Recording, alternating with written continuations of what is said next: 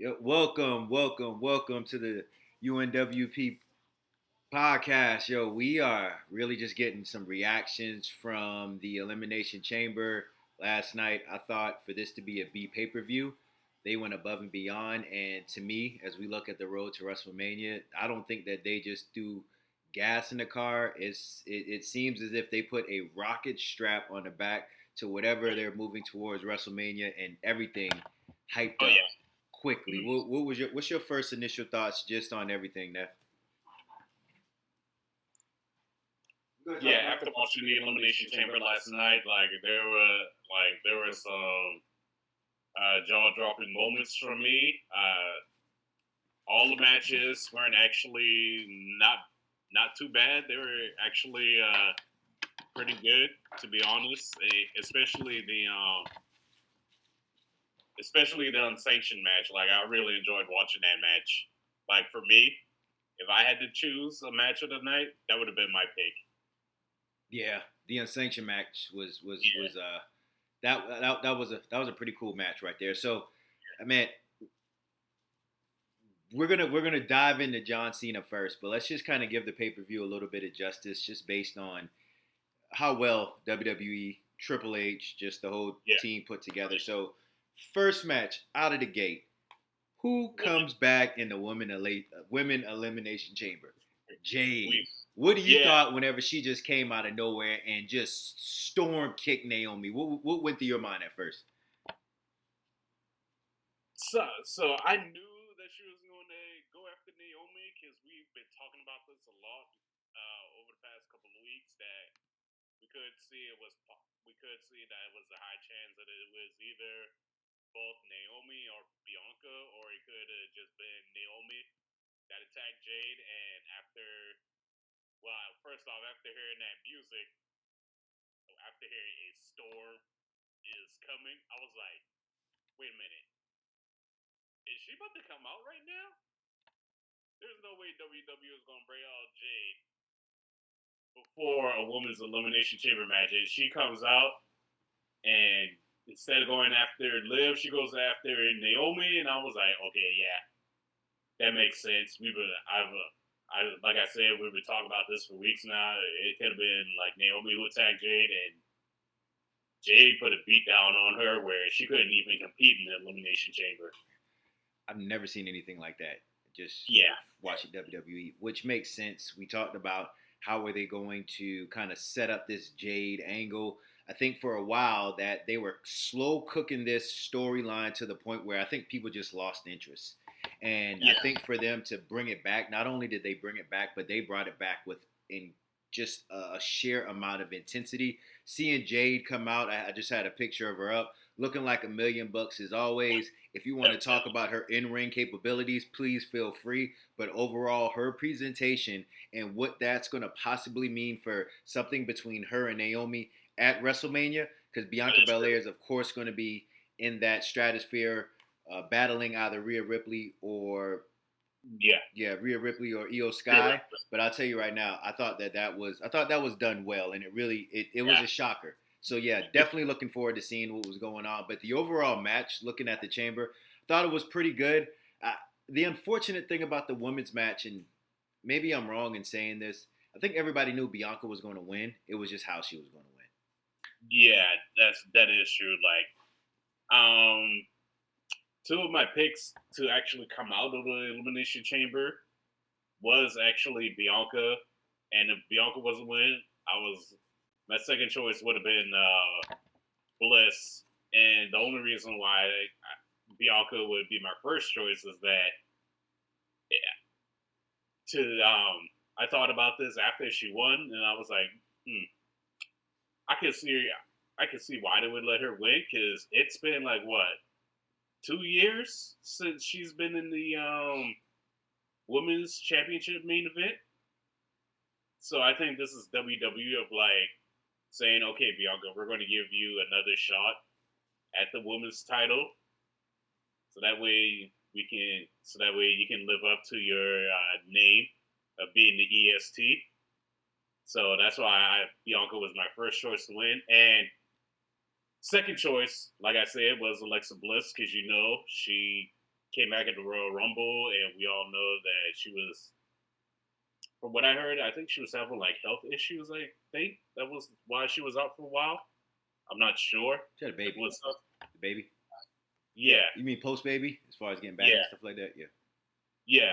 That was what happened. I guess she was just trying to work her way out through it, and when she came back at the Royal Rumble, she like received a huge pop from the fans, and I think WWE didn't want to like lose that momentum with her. Mm-hmm.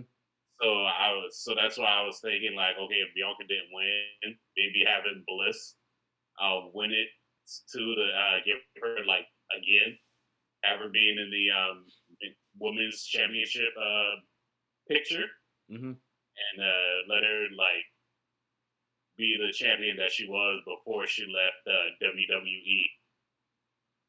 Mm, yeah. Yeah, So the whole thing with Bianca winning and Bianca, I think Bianca's last WrestleMania match was with Asuka. And Asuka, I think Bianca took the dub at WrestleMania, but I think Asuka might have won it a little bit later. I hope I'm not off with that. no, The thing I appreciated about the match, I just thought I thought it paced well, especially after having the first person out, as far as Naomi not even being able to compete. oh Now, yeah, could they find a way to kind of tie that in? Because there's two ways to look at this. Bianca could have just not known. Naomi did everything just to try to get that is true. her way. And when Bianca wins this, and whatever happens with her and Jade, uh, Naomi could say, "Hey, I never really finished the match." So could that be an angle? Not sure. Still waiting to see how this thing plays out. But I just thought from top to bottom how everything played out. The implications coming from that match, I think that they really will have, if not WrestleMania implications, but some matches Yeah, along the way. We still have Bailey and Roxanne. I think whenever, because you have to remember, even in NXT, they protected that and they made that a four-way match. So now you have that match. Will that be a WrestleMania match? yeah, You still have Liv, and then I think something's going on with Judgment Day and supposedly the White Six. So now you have that Liv and Alexa Bliss dynamic. yeah. Interesting thing about that matchup, I believe, is that when Alexa Bliss truly took off, she had that Harley Quinn persona. Yeah, oh yeah, definitely, definitely. Looking at Liv Morgan right now, she doesn't really have that Harley Quinn persona, but she saw that character really went Yeah, well, and I can't say if she mimicked it, but you can see some similarities. So I think having those two go opposite end would be good. I think those two can do I think those two could possibly do a match depending on what they do with the women's tag team title. So I thought yeah, there's some implications there, and then you have with you have with just the end of the match where you have Io, Rhea, and Bianca standing. So oh yeah. is that going to be a triple threat match at WrestleMania? I rather Is something not. going to Yeah, happen? Oh wait, is something going to happen where that match now becomes a triple threat? But yeah, were you saying you rather not because?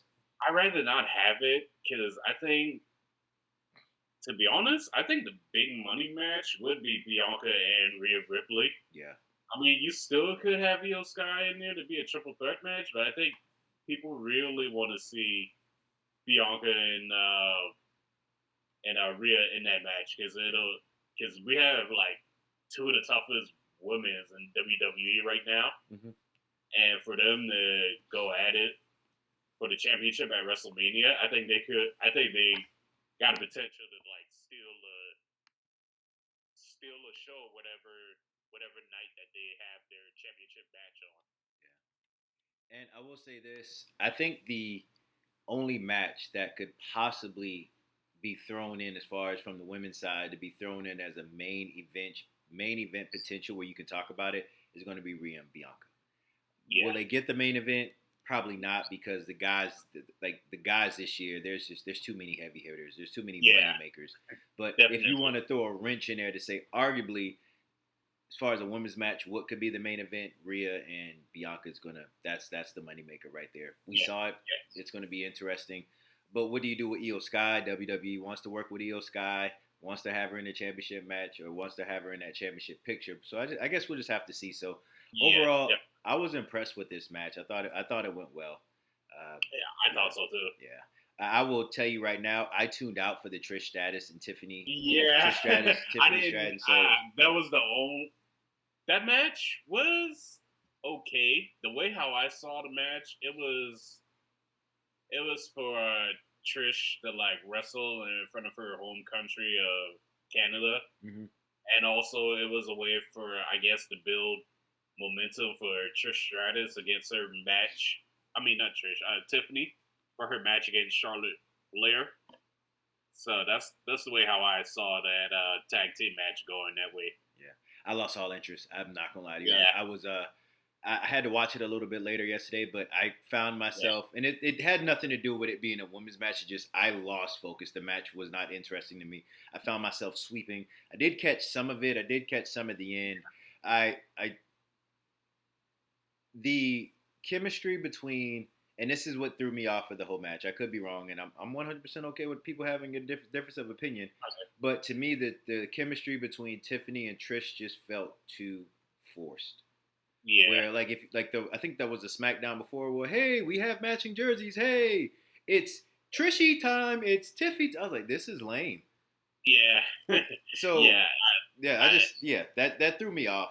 I promise you, when they came out and it's like, what time? Like you saw Trish status. What time is it, Tiffy? And then they both said that. I just said, I have no stakes in the game. I yeah, don't want to yeah. watch The it. match wasn't too bad. It was okay. It was just for a way to have Trish Stratus wrestle Yeah. in her home country and to build momentum for Tiffany for her match Yeah. against Charlotte Flair at WrestleMania. Yeah, and I will say this: the reason why I was happy for the match, I think Candice LeRae is probably one of the most underutilized talents in all of WWE. Oh yeah, She does not get the. You know what? I think behind the scenes she's teaching a lot of people, so I think Trips is really happy with her. But my thing is yeah, this: pay per view, she's on it, she gets to wrestle. I was happy for her just because of. I mean, she's good. If yeah, you put about 3 to 5 inches on her, I mean, she's there.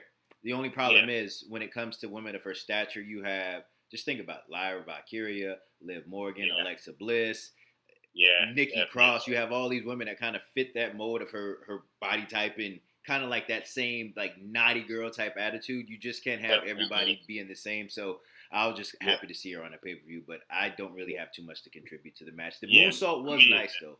The moonsault was nice. that was nice. And all right, next on the unsanctioned match. Yeah, Oh that my match god, straight was. So I did hear one criticism on that match. what? The when Sammy had the barbell or the wired chair, and Yeah, the Kevin wire Owens' shit. face slammed into it, he wasn't bleeding. I'm okay with that. I think the thing about bleeding is that if when it happens on a show, it has to mean something.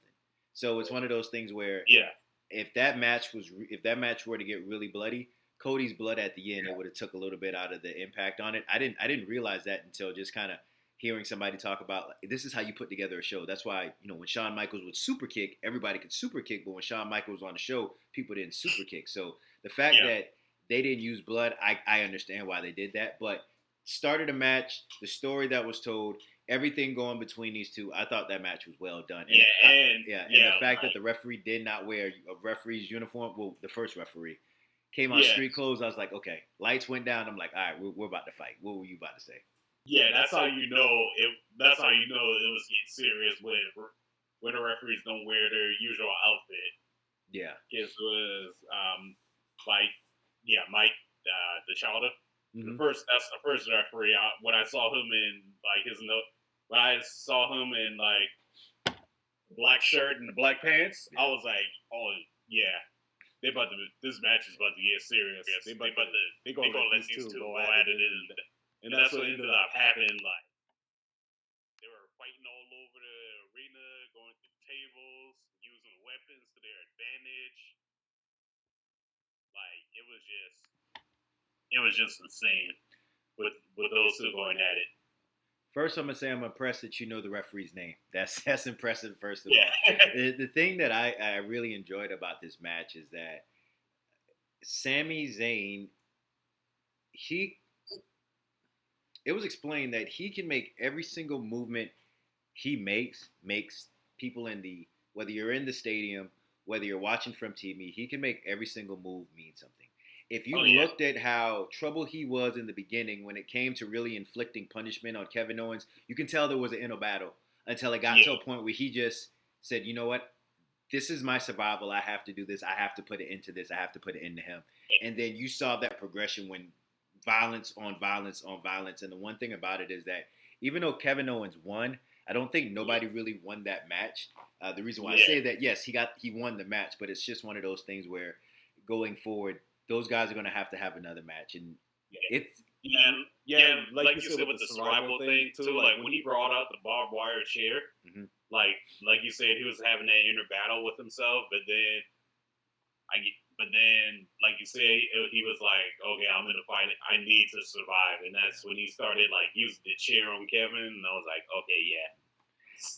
This is Sammy showing his barbaric side of him. And Michael Cole went deep into his bag. He made the El Generico references, the Kevin Stein references. But one thing that he brought up that I thought was really intriguing, and I hope a lot of people picked up on it, Kevin Owens, he hit 2 of those pop-up. They weren't, well, they said pop-up, but the power bombs on the apron.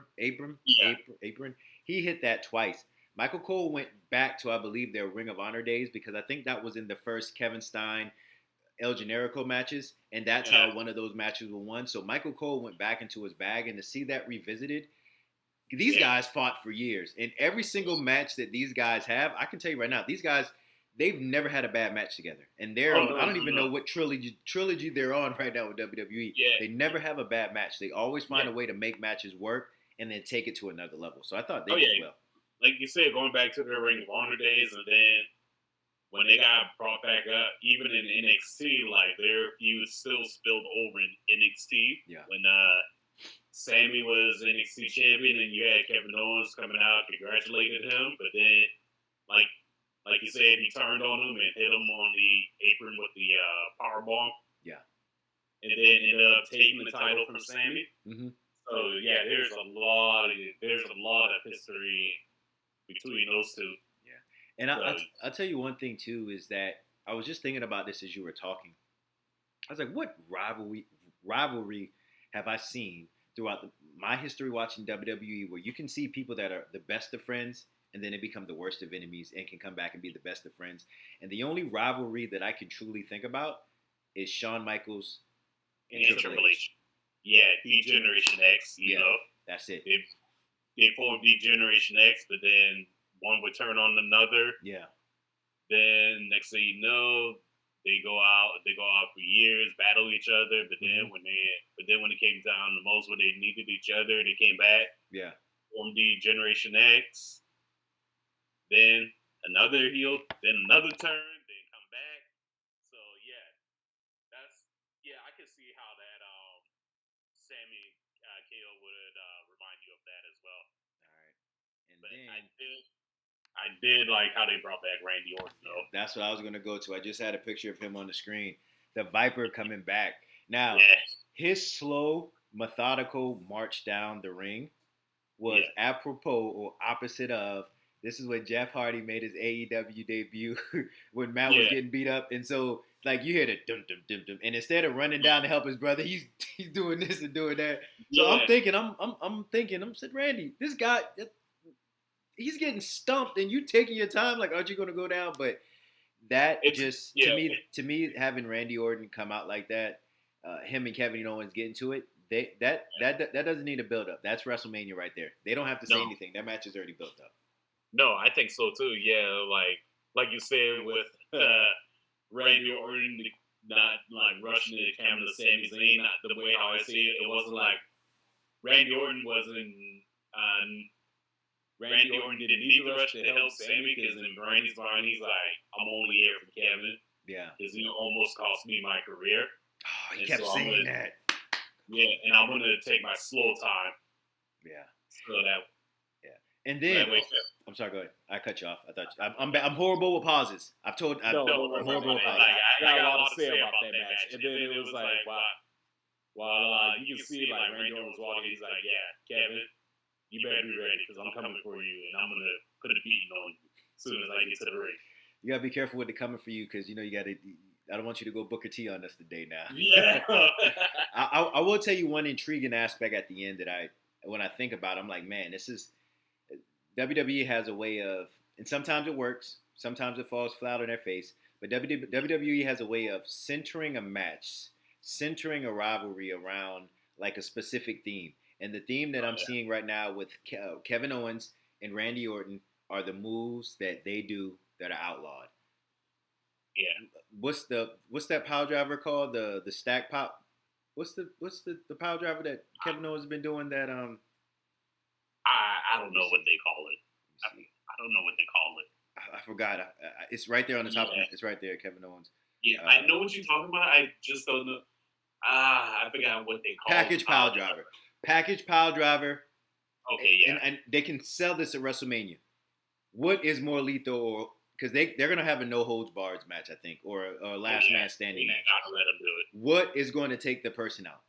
The package power driver or the punt? I think they're gonna find a way to make both of those moves legal in the match, and it's either gonna be the package power driver or the punt that's gonna take the next person out. Oh yeah, because the punt, you saw Randy Orton was getting ready to use that move against Kevin. Yeah. But then security was trying to like stop Randy from using it, which gave Kevin time to roll out. So I was like thinking like, okay, at some point I was like, okay, yeah, WWE is gonna let Randy Orton use the punt at some point in his career. And I want you to just breadcrumbs right here, because this is gonna help this, because we can. I think if this can kind of help us transition to the final match, because we're hitting that 21 minute mark.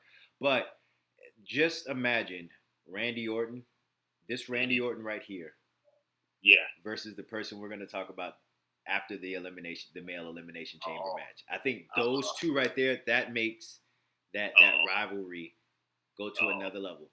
But anyhow, the men's elimination chamber match. Not giving out the spoiler first, but just front to bottom, how did you like this match? I thought, I thought this match was pretty good. I thought it was a pretty good match because you had a lot of wrestlers that had like some animosity between each other. Like you had Rollins and CM Punk. You also had Drew McIntyre and CM Punk. You had Drew and of course Damian Priest after he cashed in on Drew at WrestleMania last year, and then you had Logan Paul in there as well, who actually did end up eliminating CM Punk. So, and then you had John Cena in there, who, except for Logan Paul and Damian Priest, the other four they've had matches against Cena. So, I think these two were like, I think all six men were thinking like, okay, who's going to be the next person that's going to put WWE on their shoulders? Like, who is going to be the next star in WWE? I thought the match was well done. I think when they talked about the amount of WWE championships that were just people who won the WWE championships, they kind of highlighted that for the amount of participants in the Royal Rumble, especially when it got down to the final three, when it was Cena, Punk, and Rollins. And I think Michael Cole said there's 26 championships between the two. So I think as far as making sure that whoever wins this is going to cement that legacy to face Cody Rhodes in the main event, because whoever won this, no doubt, will be the main event. Jey Uso, Gunter, no matter how good and how much they build that match up, that championship match will not be the main event. This will be the main event. I thought that was good. Logan Paul continues to impress me. I love what he did in the match. I love what he did just kind of doing that frog splash and hitting Damian Priest. I thought it was really action-packed. I don't know if – I think him and CM Punk are going to be one of those Riyadh shows, but I think it's going to do it because I think I go ahead. Well, let me get to this, and then I'll tell you what the main event is going to be. I think Logan Paul and CM Punk is going to be a Riyadh show, but that can actually be a Saudi Arabia show, but that could actually be a match at WrestleMania. I thought the way how they transitioned from Drew and Damian Priest, it helped push that storyline along. Drew may not want to fight Damian Priest, but that's going to be his WrestleMania match. They got to make it work. So So like I said, after the cash in last year, I think Drew hasn't still gotten over that. So I can see them like pushing those two. Yeah, and then also too, what I think is going to happen is that the way how CM Punk was curb stomped by Seth Oh, Rollins, and then he was yeah. just hanging on. There, those subtle moments. That was a moment right there where you saw Seth Rollins holding on to the fence, saying "Die, die, Yeah. die," and then John Cena, hints of hints of what he ended up doing later. The old John Cena would have looked perplexed and not do anything. Just John Cena said, put him in the STF. You CM Punk. I think that was the safest way to save because they're gonna go back to Cena. I think they're gonna go back to Cena and Punk at least once. That was the safest way to save it because if Punk would have took the pin, CM Punk could have took the pin, but that made CM Punk look like a warrior. But what I think the main event's going to be, night one main event's going to be now. Just saying what I was leading up to it. You have CM Punk getting curb stomped by Seth Rollins that took him out. Yeah. Seth Rollins curb stomped the Tribal Chief and took him out. So I really think that just made a way for them to make Punk, Rollins, and Roman Reigns night one main event WrestleMania. Oh yeah, definitely. I think so too. I think you have to make that a triple threat match. Like I said, you can have those three like how you said, like how Rollins curb stomped CM Punk, and then like you said, I did say where he was hanging on to the ring, like I want you to die, like I don't like, and I think I can see too. It's like inside the Rollins' mind is like, okay, if I'm not going to have a shot at the world title, then I'm not going to let you get a shot at the world title either. And that's how I see it as well when Seth Rollins curb stomped CM Punk. The coolest thing about a wrestling match is when it gives you the opportunity to suspend belief. And you really thought with Seth Rollins, I knew it was fake, but when Seth Rollins was hanging on to that and just screaming that, you felt like that man really hates CM Punk. Yeah, and the thing is that CM Punk got under the armor because CM Punk has a win. Yeah. And so now we have John Cena, WrestleMania, everybody, fanboy's dream, Cody and John. Oh man, two good guys, two faces of WWE. Yeah. And then you have the most electrifying man in all of professional wrestling, The Rock, come down. The final boss comes down. Yeah. Travis Scott needs to stay away. He punched Cody for real, but I don't know. That was weird. The aesthetic. I think they were going for the aesthetic. You have Travis Scott, which is one of the bigger, culture kind of push culture leading culture especially in the music industry. The aesthetic to me was weird because you have these big guys. I mean, Travis Hunter's probably the same size as me, about $170, $185. But let's go on with the and then you have the Soul comment, which to this day, it's not going to be unweird. It's weird. That was just a weird thing. But the one thing that they did in the beginning of the show, and I'll say this and I'll be quiet. They showed when they were talking about The Rock, everybody in WWE that has kind of been elevated via The Rock. So that was subliminally put there to see that, The Rock is lifting people up and The Rock can go ahead and push people forward. But whenever The Rock call Cody, like Cena, Rhodes, Rock in the ring. When The Rock said, Cody, what was your answer? And when you heard Cody's answer, what was your response? Yeah. Oh man, first off, when he dropped the F-bomb, I was like, wait a minute. Can he say this? I mean, I know it's Peacock and all, but I know WWE is in like a new age, but I was like, can he say that? They didn't bleep it out or anything. Like, he just full-blown dropped the F-bomb, and I was like, okay, Cody, you kind of getting a little bit of gangster-like right now. Like, don't go gangster on us. I mean, I know you got a black wife and all, but the way how you dropped the F-bomb, I was like, okay, he going gangster with it. Somebody was like, that was an old-school retro feedback, kickback to Terry Funk. But when he said Rock F off, I had to rewind my button because I was like, that was the first The Rock dropped F-bombs, but that was the first F-bomb by a live wrestler. I was just like, whoa. Yeah, like they didn't bleep it out or anything. They just like let him full blown say it, and I was like, okay, Cody. Okay. You ever And seen then, that Nick Young meme where somebody says something and he's yeah, like in the kitchen, and he's he's like, like, yeah, I had that like, same look. I was like, he did it, okay. And then I did that too. Like, yeah, I was like, okay, Cody, okay. And then when the Rock, and then you had in the background too, like, we're going into this right now, like John Cena celebrating, like, yeah, cause like you see John Cena celebrating and stuff, and then Cody went to hug John Cena, and then next thing you know, when Rock did the, yeah, and then I saw the eyes of John Cena, I was like, don't tell me he's gonna turn heel. Don't tell me he's gonna Don't tell me he's gonna turn heel.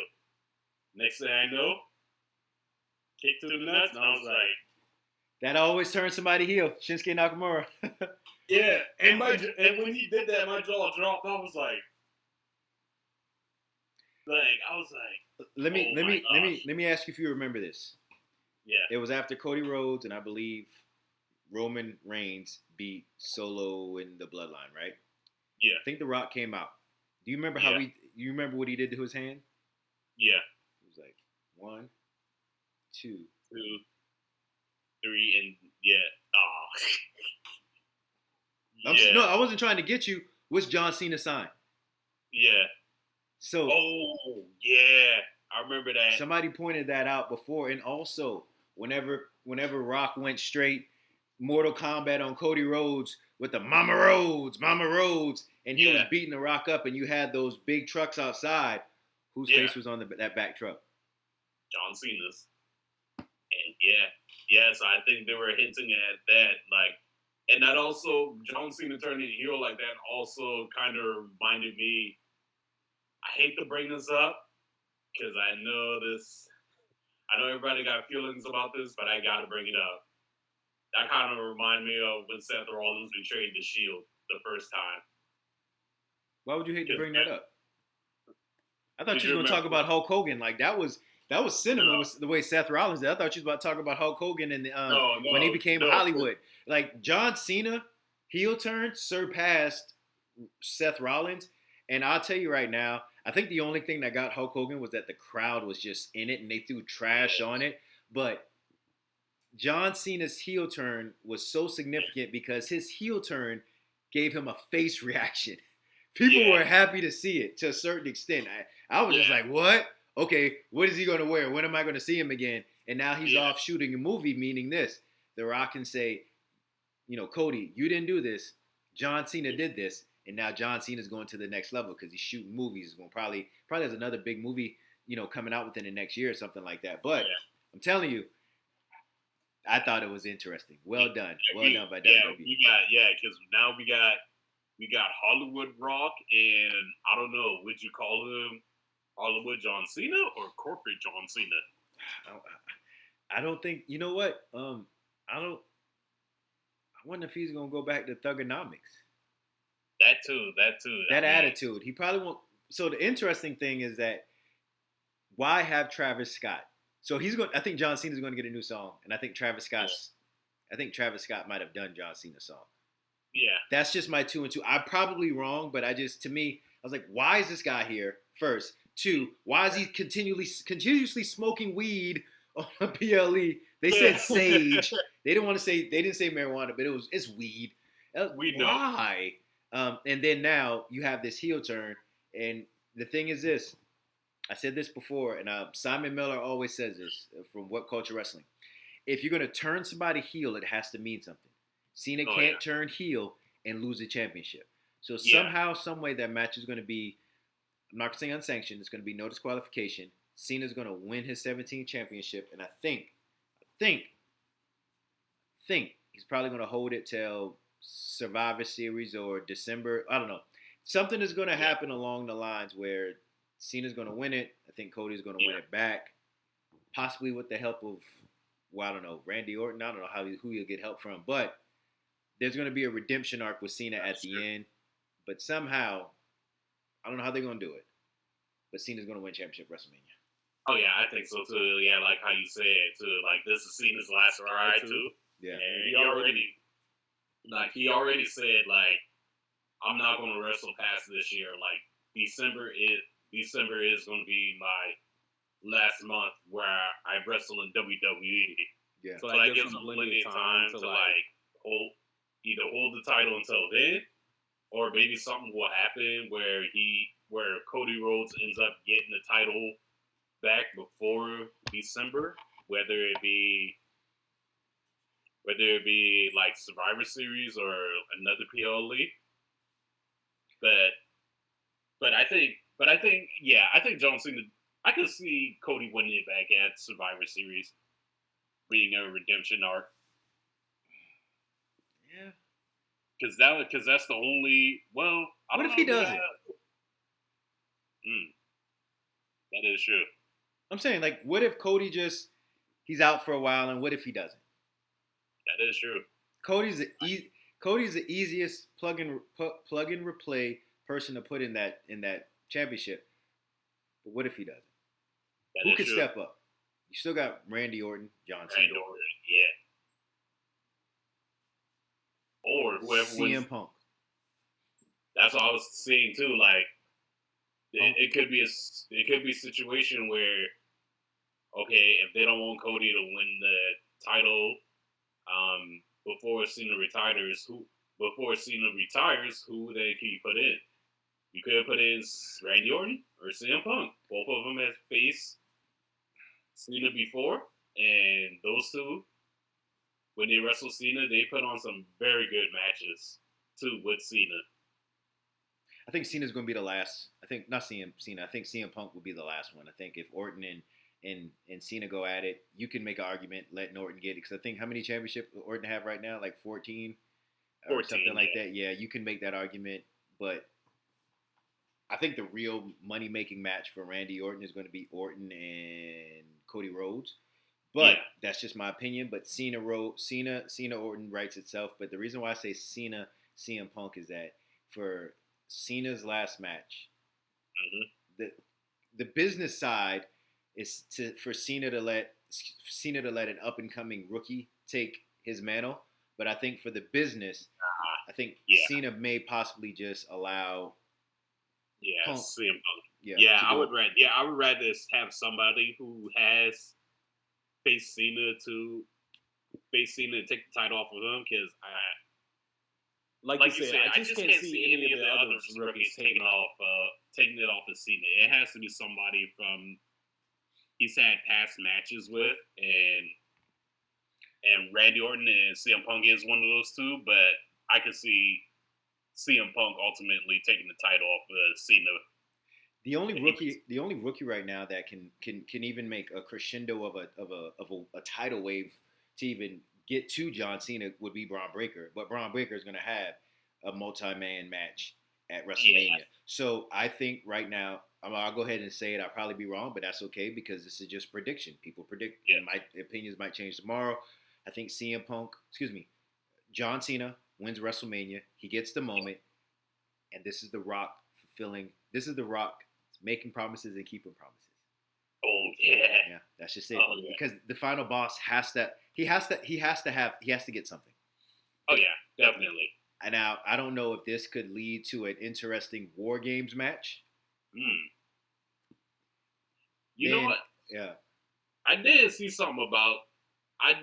a post about War Games that they could do. Mm-hmm. They could. I saw a post where they could have Team Rock versus Team Triple H. Yeah. I could see that happening. Like, that would be a very good Survivor Series War Game. Like, all the people that sold their soul to Rock go against Triple H's team. So, like, I would say like the young and rising upcoming superstars, or have like that one veteran on Triple H's side. But who would be the up and rising young superstars though? Don't know. We'll just don't know. You're just going to have to wait and see. It's going to be another Avengers team up. I don't know who Cody Rhodes would get, but I don't know. We got to wait and see. That's projecting down to War Games. I just said it could be interesting to see if John Cena has some friends and stuff like that. I Yeah, just tell you right now, as far as having teams of young superstars ready to jump and just take the brass horns, I don't think they have that now. I mean, yeah, they have a lot of like guys who have some season in them, but as far as coming up from NXT, being like, "Hey, I want this," they don't have that right now. Braun Breaker's the only person they yeah, have. Carmelo Hayes is they're slowly rebuilding him because I think they see long. I think he's a long term goal person. Braun yeah, Breaker, you can have him in the main event of WrestleMania next year. That's just how dynamic he is. yeah, But to say like young lines, they're building the lines up. I just don't think they have that. And I could be wrong. I just don't think they have that much firepower. But we're getting close to the 40-minute mark. But overall, I thought the heel Cena is probably the most intriguing character there. Look at how Hollywood Hogan just kind of revitalized not only his career, but just people's eyes on wrestling.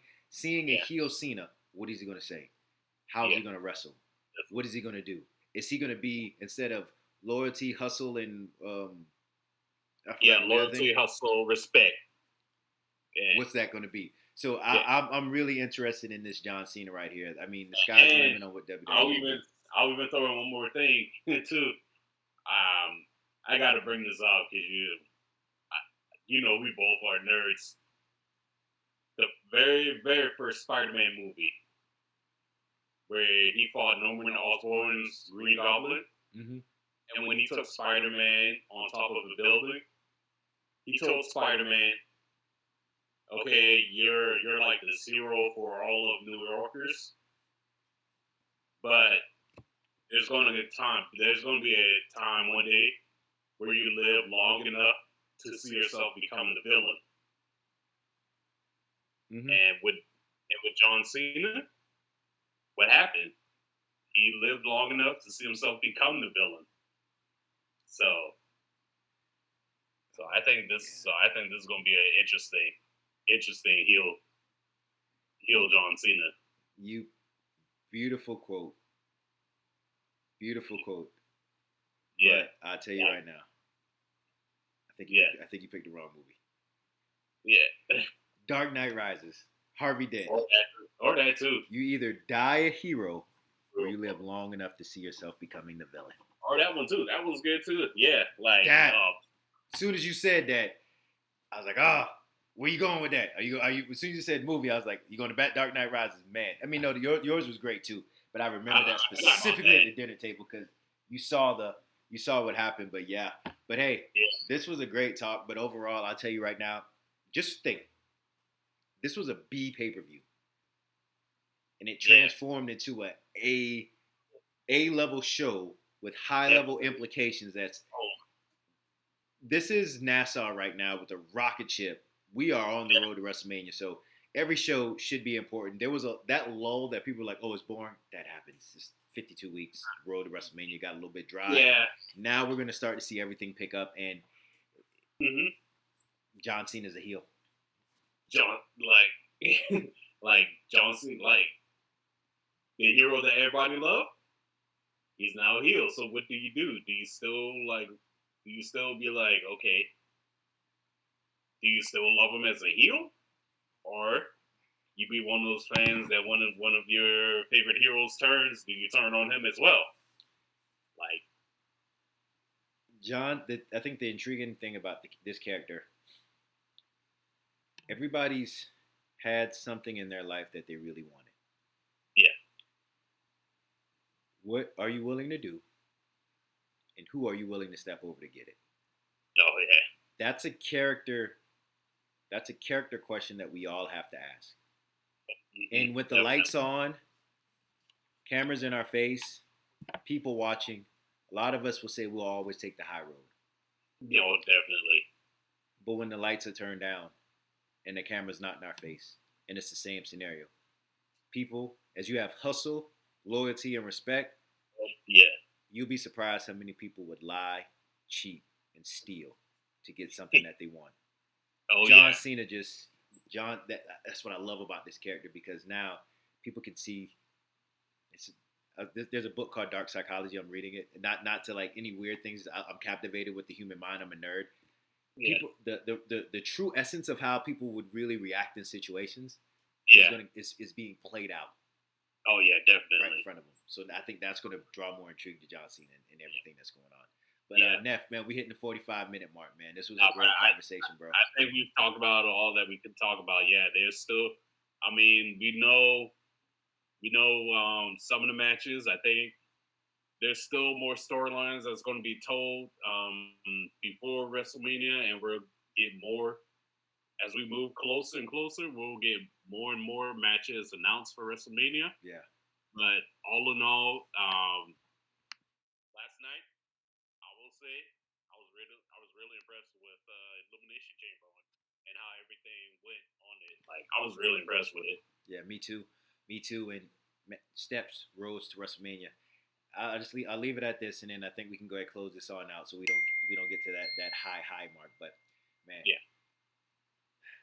the way they started with Jay, the way they ended with Cody, yeah, we are buckle up. It's yeah, taking off. It's taking off. yeah. It's taking off for real. Man, hey, look here, man. We're gonna have to find ways to maybe supplement this in the week. I love just sitting down and talking shop. You know, we both love wrestling and things like that, and we never come off as experts. We're just two guys. Unc and Neph that just love wrestling. Yeah, man. Grew up watching wrestling all our entire lives, so we just love watching it. Yeah. That's So it. anyhow, I love the discussion. I'll get this posted. Hey, like, subscribe. Don't forget to like and subscribe. Please leave some comments. Let us know what you think made if we said something that made sense, or if you want to follow the words way of Cody Rhodes and tell us that. Don't put that in the comments. I'm gonna delete it. But if you do, it's whatever. I don't care. We're doing this for fun. Anyhow, please like and subscribe. We will be back on Monday, watching Raw, talking shop, rating matches. But until we see you guys again, goodbye for now. All right, goodbye, y'all. Good night.